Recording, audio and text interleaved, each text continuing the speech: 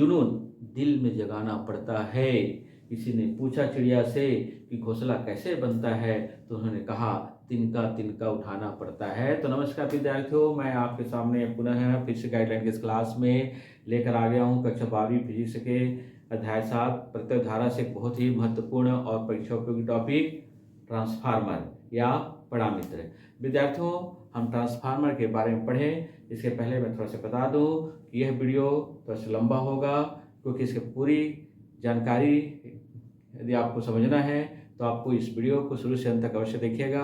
बीच में वीडियो को आप स्किप नहीं करेंगे। तो चलिए शुरुआत हम करेंगे ट्रांसफार्मर से। देखिए, ट्रांसफार्मर आपने आसपास गलियों में, मोहल्लों में बड़े बड़े खंभे में जो लगे होते हैं, उसी ट्रांसफार्मर के बारे में हम यहाँ पर जानेंगे कि ट्रांसफार्मर क्या होता है, कितने प्रकार के होते हैं और इसकी रचना कैसी होती है, सिद्धांत क्या होते हैं। तो आज के हम इस वीडियो में केवल ट्रांसफार्मर के परिभाषा पर, उसकी रचना पर, उसके प्रकारों पर ही चर्चा करेंगे। इसके सिद्धांत को लेकर हम एक दूसरे वीडियो में आपके सामने आएंगे। इसके लिए आपको हमारे YouTube चैनल फिजिक्स गाइडलाइन पर आप थोड़ा से विजिट करते रहिएगा और आपके सिद्धांत के बारे में बहुत ही अच्छी वीडियो आपको देखने को मिलेगा। तो चलिए शुरुआत करते हैं ट्रांसफार्मर से। विद्यार्थियों, ट्रांसफार्मर क्या है इसे जाने तो इसकी परिभाषा में ऐसे भी दे सकते हैं कि ट्रांसफार्मर एक ऐसी उपकरण होती है जिसकी सहायता से किसी प्रत्यावर्ती वोल्टेज को बिना ऊर्जा नष्ट किए घटाने या बढ़ाने के लिए प्रयोग किया जाता है। और ये जो ट्रांसफार्मर है यह अन्योन्य प्रेरण के सिद्धांत पर आधारित होता है, या हम ये कह सकते हैं कि यह अन्योन्य प्रेरण के सिद्धांत पर कार्य करता है। अभी अन्योन्य प्रेरण क्या है, आपने अध्याय 6 में विद्युत चुंबकीय प्रेरण में इसके बारे में आपने पढ़ा होगा। और ये ट्रांसफार्मर उसी के सिद्धांत पर काम करता है। और ये ट्रांसफार्मर का जो निर्माण है वो सबसे पहले फैराडे ने ही किया था। और एक चीज़ मैं आपको बताऊं, ये जो ट्रांसफार्मर है ये दो प्रकार के होते हैं। जैसे मैंने इस बोर्ड में पहले से लिखा हुआ है कि जो ट्रांसफार्मर है ये दो प्रकार के होते हैं। एक होता है ऊंचाई ट्रांसफार्मर, जिसको हम स्टेप अप ट्रांसफार्मर कहते हैं, और दूसरा होता है अपचाई ट्रांसफार्मर, जिसको हम स्टेप डाउन ट्रांसफार्मर कहते हैं। अब बात करते हैं हम ऊंचाई ट्रांसफार्मर की। ऊंचाई ट्रांसफार्मर क्या होता है, ये वास्तव में ये कौन सा धारा को घटाता है या बढ़ाता है, इसकी रचना कैसी होती है, उस पर हम चर्चा करते हैं। तो आइए समझते हैं हम ऊंचाई ट्रांसफार्मर में। देखिए, नाम से ही पता चल रहा है ऊंचाई, यानी ये वोल्टेज को उच्च करता है। तो हम अगर इसको डिफाइन करें तो इस प्रकार से ले सकते हैं कि ऊंचाई ट्रांसफार्मर वह ट्रांसफार्मर होता है जो निम्न प्रत्यावर्ती वोल्टेज को उच्च प्रत्यावर्ती वोल्टेज में परिवर्तित करता है। अर्थात यह ट्रांसफार्मर वोल्टेज को बढ़ाता है, लेकिन ऊंचाई ट्रांसफार्मर के द्वितीयक कुंडली में जो धारा का जो मान होता है वो प्राथमिक कुंडली को दी गई धारा के मान से कम होता है। कहने का मतलब यह विद्यार्थियों कि ये जो ऊंचाई ट्रांसफार्मर जो होता है यह वोल्टेज को तो बढ़ाता है लेकिन धारा के मान को घटाता है। बिल्कुल ध्यान दीजिएगा, ऊंचाई ट्रांसफार्मर केवल वोल्टेज को उच्च करता है, वोल्टेज को बढ़ाता है, लेकिन धारा के मान को घटाता है। ठीक इसी प्रकार हम बात करते हैं अपचाई ट्रांसफार्मर में। मैं रचना थोड़ा बाद में बात करूंगा इसके बारे में, थोड़ी सी हम परिभाषा समझ लें।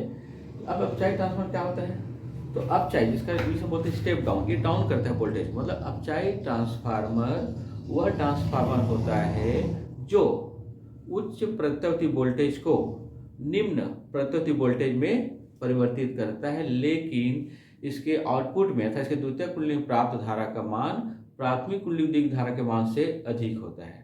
अर्थात अपचाई ट्रांसफार्मर वोल्टेज को तो घटाता है लेकिन धारा के मान को बढ़ाता है। ट्रांसफार्मर की रचना की बात करेंगे हम विद्यार्थियों, तो यहाँ पर देखिए ये दो ट्रांसफार्मर आपको चित्र दिख रहा है। एक आप यहाँ देख रहे हैं, ये है ऊंचाई ट्रांसफार्मर, ये है अपचाई ट्रांसफार्मर। थोड़ी सी इसकी रचना में अंतर है। वास्तव में देखा जाए तो अपचाई ट्रांसफार्मर के 3 मुख्य भाग होते हैं। एक होता है प्राथमिक कुंडली, दूसरा होता है द्वितीयक कुंडली और एक होता है पटलित कोण।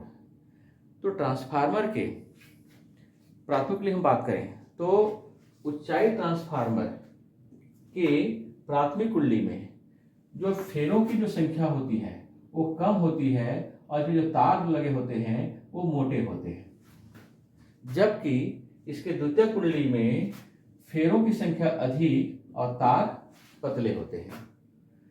प्राथमिक कुंडली को हम इनपुट भी कहते हैं और द्वितीय कुंडली को आउटपुट भी कहते हैं। ठीक इसी प्रकार इस अपचाई ट्रांसफार्मर का डायग्राम बना हुआ है। देखिए, इस अपचाई ट्रांसफार्मर के रचना पर हम ध्यान दें तो ये पता चलता है कि अपचाई ट्रांसफार्मर के प्राथमिक कुंडली में फेरों की संख्या अधिक एवं तार पतले होते हैं, जबकि द्वितीय कुंडली में फेरों की संख्या कम और तार मोटे होते हैं। ये इसी ट्रांसफार्मर के प्राथमिक और द्वितीय कुंडली को देखकर हम बता देते हैं कि अपचाई ट्रांसफार्मर है या उच्चाई ट्रांसफार्मर है।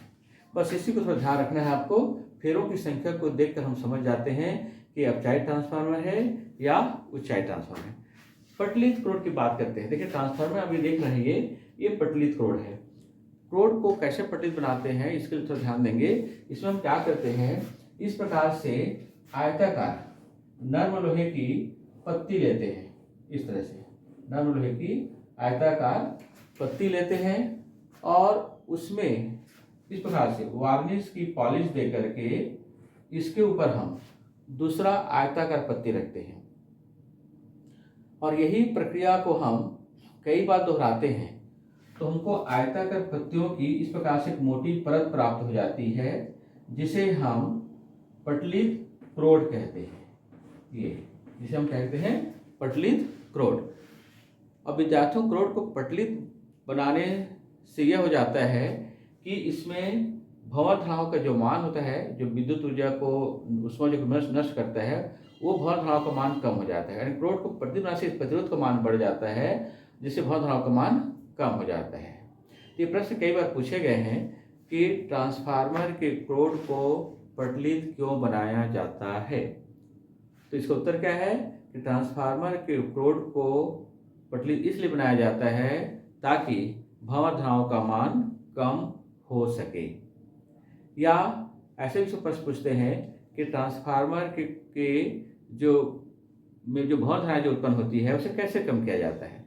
तो उसको भी आंसर वही है कि ट्रांसफार्मर उत्पन्न भंवर धाराओं के मान को कम करने के लिए हम ट्रांसफार्मर क्रोड क्या बनाते हैं, पटलित बनाते हैं। ये तो ट्रांसफार्मर के बारे में परिभाषित। अब क्या है विद्यार्थियों, अगर कहीं पर हमें इस ट्रांसफार्मर को संकेत के रूप में लिखना है, किसी विद्युत परिपथ को संकेत के रूप में लिखना है या संकेत रूप में शो करना है, तो अपचाई ट्रांसफार्मर और उच्चाई ट्रांसफार्मर के संकेत कैसे होते हैं उसको थोड़ा ध्यान दीजिएगा। किसी विद्युत परिपथ में यदि आप अपचाई ट्रांसफार्मर को व्यक्त करेंगे तो अपचाई ट्रांसफार्मर में आप थोड़ा ध्यान दीजिएगा।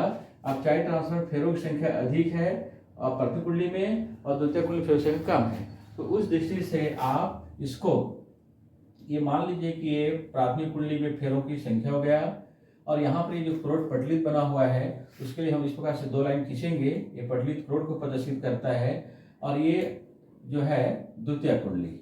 तो आप देख रहे हैं कि ये जो अपचाई ट्रांसफार्मर का जो संकेत है, अपचाई ट्रांसफार्मर का संकेत भी कहीं पूछते हैं परीक्षा में। ये अपचाई ट्रांसफार्मर का क्या है, ये संकेत है। मतलब इसमें ये प्राथमिक कुंडली जिसमें फेरों की संख्या अधिक दिखाई दे रहा है और ये द्वितीय कुंडली जो फेरों की संख्या कम है। इसी प्रकार यदि हम उच्चाई ट्रांसफर बात करें, जैसे उल्टा कर देते हैं, उच्चाई ट्रांसफर संकेत कैसे हो जाएगा, उसको इस प्रकार से लेंगे जिसमें फेरों की संख्या हम कम कर देते हैं। इस तरह से यहाँ पर पटलित क्रोड लेंगे और यहाँ पर ये आपका ये द्वितीय कुंडली है। ये उच्चाई ट्रांसफार्मर के संकेत को व्यक्त करता है इस तरह से। तो ये ट्रांसफार्मर की संकेत है, उनके प्रकार हैं और यही चीज़ आज हम इस वीडियो में आपको बताने वाले हैं और बता दिए हैं। इसके जो ट्रांसफार्मर के जो सिद्धांत है कि इसमें धारा कैसे उत्पन्न होता है, कैसे वोल्टेज का मान घटता है या बढ़ता है, ये हम सिद्धांत में पढ़ेंगे। साथ साथ देखिए विद्यार्थियों, आपको हमने कहा था परिभाषा में कि ट्रांसफार्मर एक ऐसी उपकरण होती है जिसमें बिना ऊर्जा नष्ट किए प्रत्येक वोल्टेज को घटाने या बढ़ाने के लिए प्रयोग किया जाता है, लेकिन वास्तव में ऐसा नहीं है। ट्रांसफार्मर में ऊर्जा तो हानि होती है और वो 4 प्रकार से होती है। ट्रांसफार्मर ऊर्जा हानि को भी हम अगले वीडियो में देखेंगे। इसीलिए मैं आपसे निवेदन करूंगा कि आप हमारे यूट्यूब चैनल फिजिक्स गाइडलाइन में आप हमेशा विजिट करते रहिएगा। उसमें बहुत सारे ऐसे वीडियो आपको मिलेंगे जो परीक्षा उपयोगी है। बहुत सारे वीडियो हमारे इस चैनल में है, 166 वीडियो उसमें आपके फिजिक्स के रिलेटेड वीडियो हैं। आप उस वीडियो को देखिए और जो भी समस्याएं वगैरह उसमें आपको पढ़ने में दिक्कत होता है वो आपको बढ़िया से नोट्स सहित आपको इस चैनल में आपको मिलेगा। ये विजिट अवश्य करिए हमारे यूट्यूब चैनल फिजिक्स गाइडलाइन में। विद्यार्थियों, आपको यदि ये वीडियो अच्छा लगता है तो इसको लाइक भी करिएगा, शेयर करिएगा और हम फिर से एक नए वीडियो के साथ आपके सामने आएंगे। तब तक सभी को नमस्कार, धन्यवाद।